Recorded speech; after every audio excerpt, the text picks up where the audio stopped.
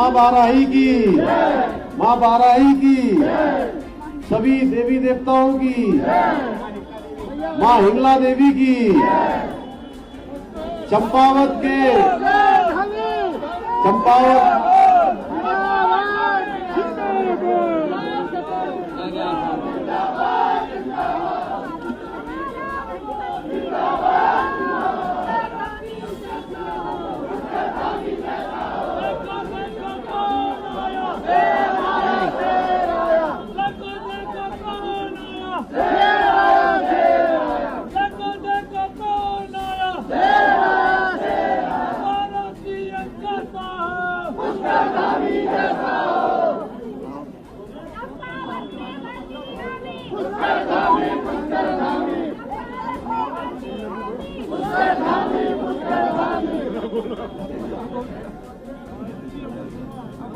आज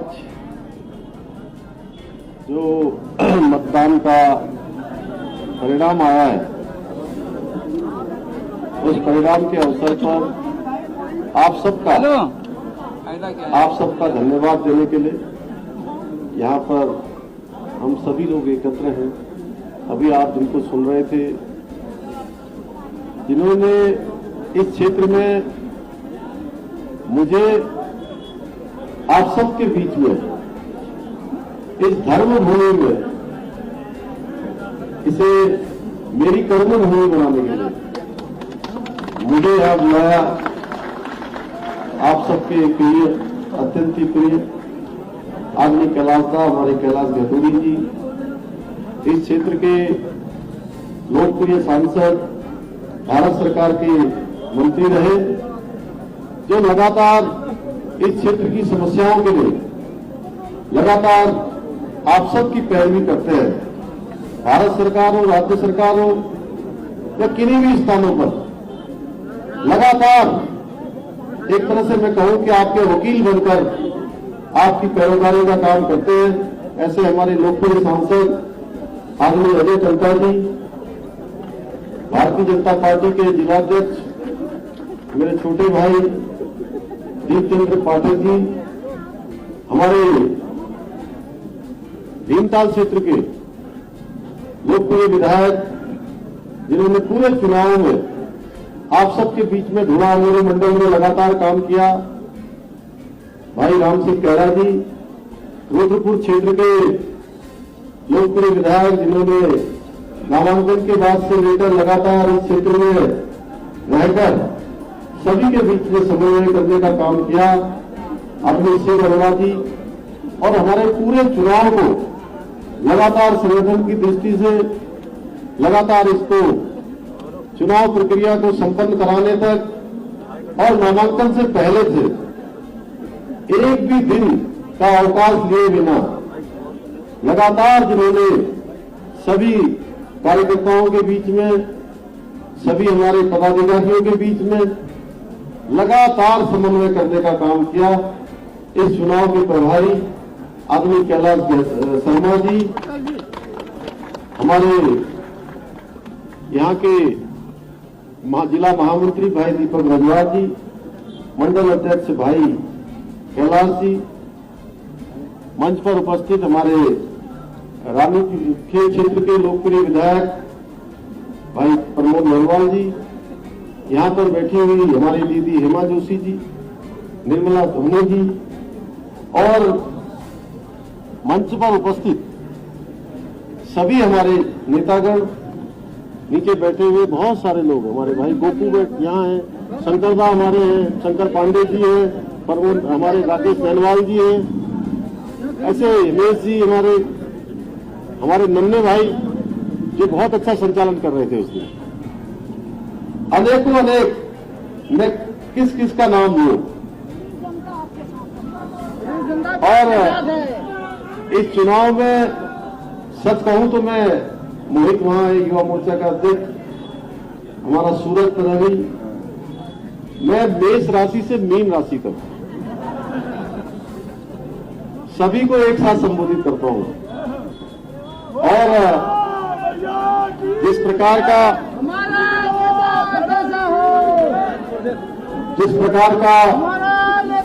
समर्थन जिस प्रकार का मत आशीर्वाद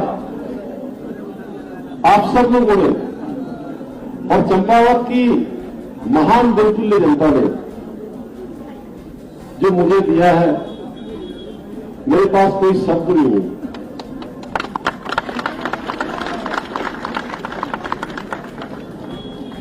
मैं किन शब्दों में आप सबका धन्यवाद करूं।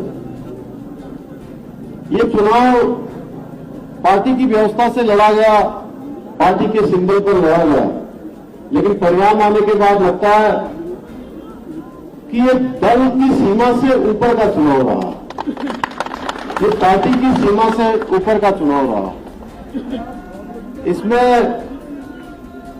अगर हम इस चुनाव का पूरी तरह से अगर आकलन करेंगे तो हमको ठीक प्रकार से ये हमारे ध्यान में आएगा कि इस चुनाव में लोगों ने दलों की सीमाओं को भी तोड़ दिया और चंपावत को आगे बढ़ाने के लिए आपने जो मुझे ऐतिहासिक विजय का आशीर्वाद दिया है, मैं उसके लिए चंपावत क्षेत्र की देवतुल्य जनता का हृदय की गहराइयों से अभिनंदन करता हूं और धन्यवाद देता हूं। मां बाराही की इस पवित्र भूमि पर खड़े होकर बस यही कहना कि जो दिया है मुझको, जो दिया है प्रेम मुझको, जो दिया है प्रेम मुझको, उसे भुला न पाऊंगा। जीवन भर चंपावत की धरती से अपना प्यार निभाऊंगा।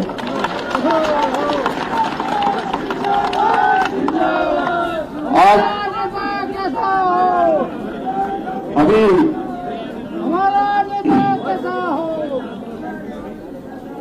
आप सबकी अपेक्षाएं और आकांक्षाओं को पूर्ण करने का मैं हर संभव कोशिश करूंगा। मैं संकल्पबद्ध हूं और मैंने पहले कहा, जिस दिन मैं पहले दिन यहां आया था, मेरे सामने बहुत दुविधा थी कि मैं किस क्षेत्र में चुनाव लड़ने जाऊं। मुख्यमंत्री की शपथ हो चुकी थी, लेकिन उसके बावजूद भी विधानसभा क्षेत्र का चयन नहीं हो पाया था। कैलाश साहब ने सबसे पहले घोषणा करी थी कि मैं प्रस्ताव रखता हूं कि मुख्यमंत्री चंपावत विधानसभा से चुनाव लड़ने आए, मैं उनके लिए अपनी सीट खाली करूंगा।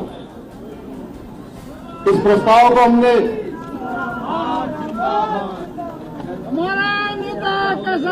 इस प्रस्ताव को मैंने पार्टी हाईकमान के सामने रखा, पार्टी हाईकमान के सामने रखा और मेरे मन में थोड़ा संकोच हो रहा था कि पता नहीं कैलाश दा भी चाहते हैं, आप सब भी चाहते हैं। हमारे श्याम नारायण पांडे जी वहां बहुत ध्यान से सुन रहे, इनको मैं देख रहा था एक दिन पिछले दिनों जब हम लोगों ने यहां पर सभी जनता का अभिनंदन करने के लिए रोड पर आए थे हम लोग, तो उस दिन इतने जोर जोर से नारे लगा रहे थे। इनका मैंने बाद में वीडियो देखा तो जैसे कि कोई नौजवान लड़का 18-20 साल का लगाता है।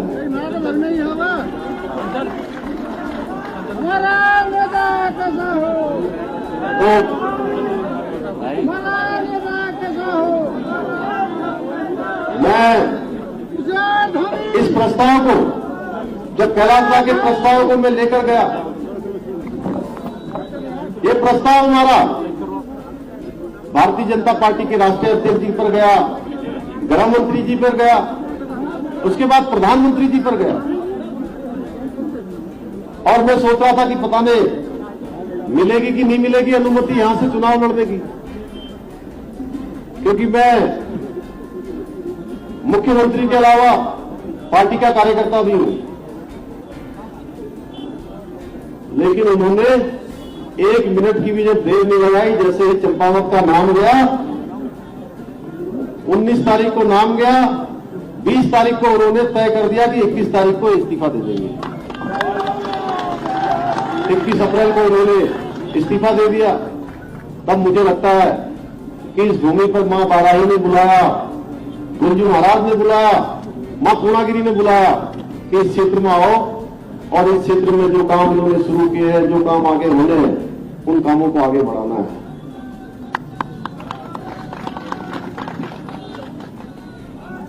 भाइयों बहनों, आज हमारे देश के प्रधानमंत्री मोदी जी ने भी चंपावत के लोगों के साथ साथ इस जीत के लिए चंपावत के लोगों का तो स्पेशली उन्होंने धन्यवाद कहा है।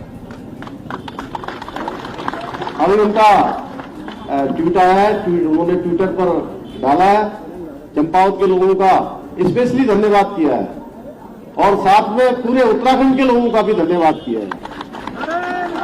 ये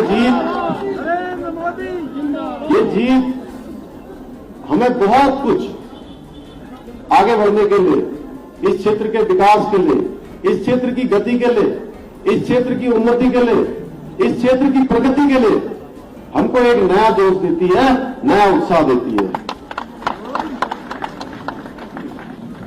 भाइयों बहनों, मैं आपसे इतना कहना चाहता हूं, जो भी काम कैलाशदा ने आगे बढ़ाए हैं और जो काम अभी हमारे प्रस्ताव में, उन सभी कामों को हम लोग अपने एक मैप में शामिल करेंगे। अभी मैं 2 दिन के लिए बीच में मतदान और मतगणना के बीच में जो 2 दिन का समय था, मैं 1 दिन के लिए देहरादून गया था। तो मैंने देखा था, जिस दिन मैं मंचतामली गया था, मैं गोरखनाथ गया था, बाबा गोरखनाथ के प्रांगण में हमारे दिलीप दा कह रहे, मैं भी था वहां। तो उस दिन वहां पर लोगों ने मुझे बताया कि अगर मंचतामली से और गुरु गोरखनाथ के स्थान से जो हमारा नेशनल हाईवे 125 आ रहा है, उससे अगर जोड़ने वाला सड़क बना दिया जाए तो उस क्षेत्र के लोगों को बहुत आसानी होगी और आधे घंटे से 1 घंटे के बीच में टनकपुर पहुंच जाया करेंगे, जिनको आज 3 से 4 घंटे लगते हैं। भाइयों बहनों, मां हिंगला देवी में रोपवे की कार्रवाई को जल्दी ही हम लोग करवाने वाले हैं, पूर्णागिरी मैया का स्नान करवाने वाले हैं, यहां पर पानी की जितनी समस्या है उसको करने वाले, इस शहर को स्मार्ट सिटी के रूप में आगे विकसित करने वाले, यहां पर अल्मोड़ा का जो शोभन सिंह जीना परिसर है, उसका एक कैंपस यहां खुले, उसके लिए भी काम करेंगे। ऐसे अनेकों कार्य, क्योंकि आज तो केवल आपका धन्यवाद करना है। अब आप लोगों ने इतनी बड़ी जीत दे दी है, इतनी बड़ी जिम्मेदारी दे दी है, लेकिन एक बात और कहना चाहता हूं, आपकी अपेक्षाएं हैं, लेकिन आपकी अपेक्षाओं पर मैं हर संभव खरा उतरने का काम करूंगा, प्रयास करूंगा, लेकिन उसके साथ साथ में मुख्य सेवक का काम भी है और मेरे ऊपर आप सबके आशीर्वाद से जो माननीय प्रधानमंत्री जी ने, मेरे राष्ट्रीय नेतृत्व ने जो मुझे जिम्मेदारी दी है, उस जिम्मेदारी का भी निर्वाह करना है, पूरे उत्तराखंड को भी आगे बढ़ाना है। उसमें आप सबका भी आशीर्वाद चाहिए, आप सबका सहयोग और आप सबका आशीर्वाद चाहिए और आप सबके आशीर्वाद से निश्चित रूप से हम उत्तराखंड को हिंदुस्तान का श्रेष्ठ राज्य बनाएंगे। 2025 आने तक हर क्षेत्र में हमारी आदर्श स्थिति होगी। इसके साथ साथ हमारा चंपावत, जिसमें हर क्षेत्र में जब हम ऊपर हेलीकॉप्टर से देखते हैं, चुनाव के दौरान कुछ लोग मुद्दा बना रहे थे कि बार बार हेलीकॉप्टर से आते हैं, तो हेलीकॉप्टर से जब भी आते थे तो हम देख रहे थे कि कितना सुंदर है। जो भी मेरे साथ आता था मैं उसको दिखाता था। एक दिन मंचतामली गए, मंचतामली में हमने पूरा हेलीकॉप्टर कम से कम 6 चक्कर घुमाया। वो इसलिए घुमाया था कि वहां हम ये देख पाए कि वहां पर किस प्रकार की विकास की संभावनाएं हैं। आज पर्यटन के क्षेत्र में, चाहे धार्मिक तीर्थाटन के क्षेत्र में, धार्मिक पर्यटन के रूप में बहुत सारे स्थान है, चाहे चाय बागानों के क्षेत्र में बहुत सारी अनेकों गांव ऐसे अभी जिनको सड़क मार्गों से जोड़ा जाना है। अनेकों गांव ऐसे हैं जिनमें अभी संचार की सुविधा नहीं है। अनेकों हमारे नौजवान भाई ऐसे हैं जिनको कहीं न कहीं रोजगार से जोड़ा जाना है।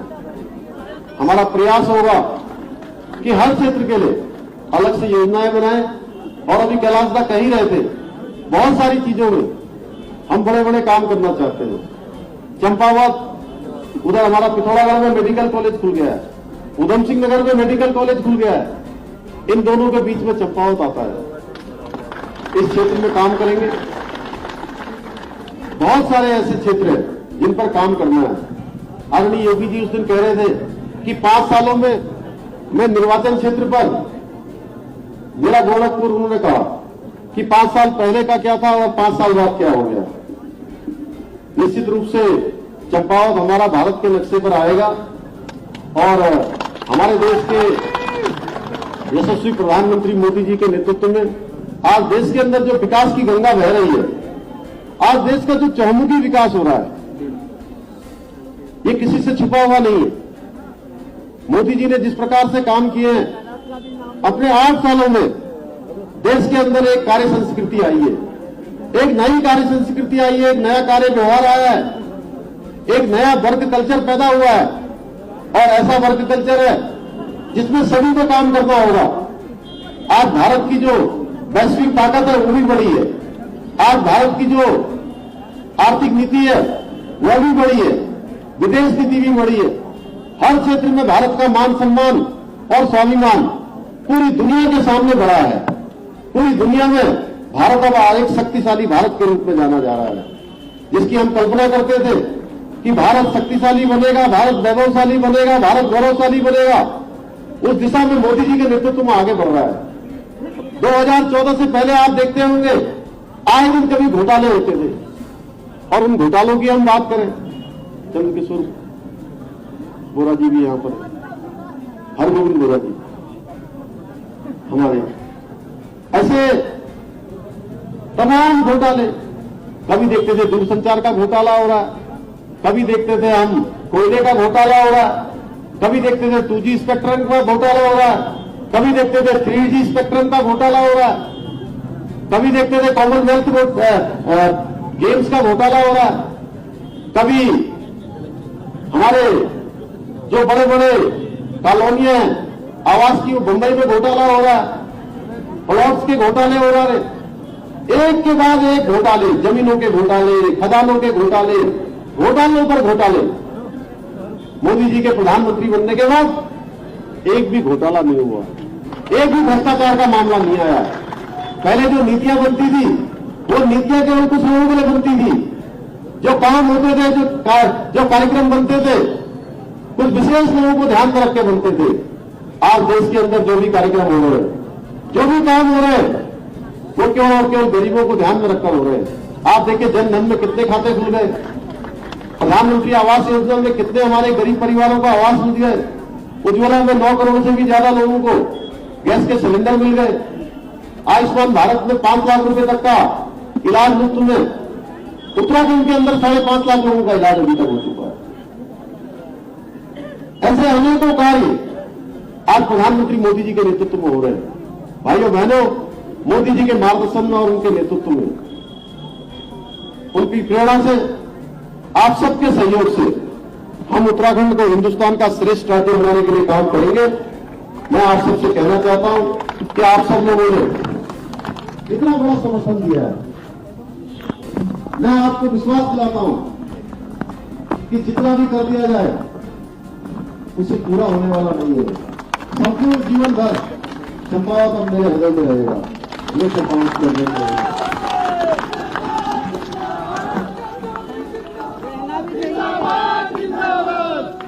आज प्रातःकाल मुझे अपने पूज्य पिताजी की याद आ रही, जब मैं उनके साथ कई बार चंपावत आया, और आज जब कैप्टन भानीचंद जी ने बनबसा में मुझे वो 15 महारेजिमेंट में थे, महारेजिमेंट की जब उन्होंने मुझे कैप लगाई तो मैं बहुत भावुक हो गया। मुझे याद आने लगी अपने पिताजी की कि हम कैसे कैसे चंपावत से पिथौरागढ़ जाते थे, या पिथौरागढ़ से चंपावत होते हुए कैसे हम टनकपुर और बनबसा होते हुए खटीमा पहुंचते थे। भाइयों बहनों, ईजा बचपन में कहती थी कि चंपावत के लोग बहुत अच्छे होते हैं, और आज आप लोगों ने इतना बड़ा समर्थन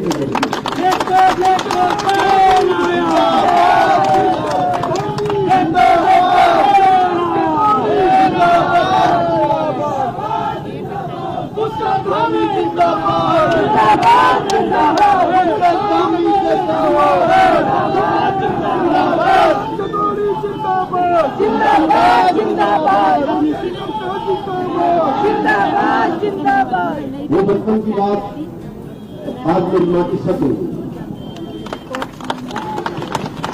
मैं आपको विश्वास दिलाता हूं कि मैं अपने जीवन में जहां भी रहूंगा, जिस स्थिति में रहूंगा, मैं हमेशा चंपावत के लोगों के दिल में रहूंगा।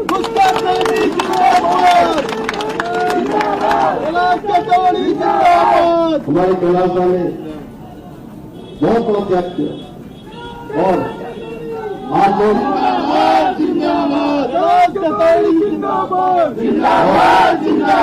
पूरे चुनाव के दौरान मैंने देखा सभी लोगों ने बढ़ चढ़कर भाग लिया। और एक दिन को मैं इनके यहाँ रात में पहुंचा 11 बजे, तो उन्होंने खाना भी नहीं खाया। तब मैंने कहा खाना कब खाओगे?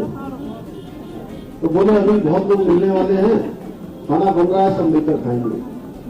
अगले दिन मैंने पूछा, सवेरे फोन किया तो कहने लगे कि रात में 9 लोग मेरे कमरे में सोए थे।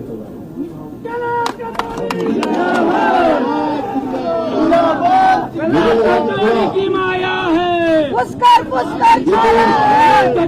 माया है, शिकायत करेंगे, लेकिन उन्होंने कोई शिकायत नहीं करी। हमेशा 21 अप्रैल को हम लोग जिस दिन उन्होंने इस्तीफा दिया था, इनको यहाँ छोड़ के गए थे गुरु गोरखनाथ में, उस दिन से लेकर ये आज तक घर भी नहीं गए, बदबसा कहीं कार्यालय नहीं है। भाइयों बहनों, आप सभी लोगों ने इस चुनाव में बहुत बढ़ चढ़कर भाग लिया है। ऐसे हमारे सभी लोगों का मैं हृदय की गहराइयों से आप सबका धन्यवाद करता हूं। हम लोग बार बार मिलते रहेंगे और अपने क्षेत्र की समीक्षा करते रहेंगे। क्षेत्र को आगे बढ़ाने के लिए जो भी काम होंगे उन सभी कामों को करेंगे। मैं इतना ही आप सबसे कहते हुए आप सबका हृदय की गहराइयों से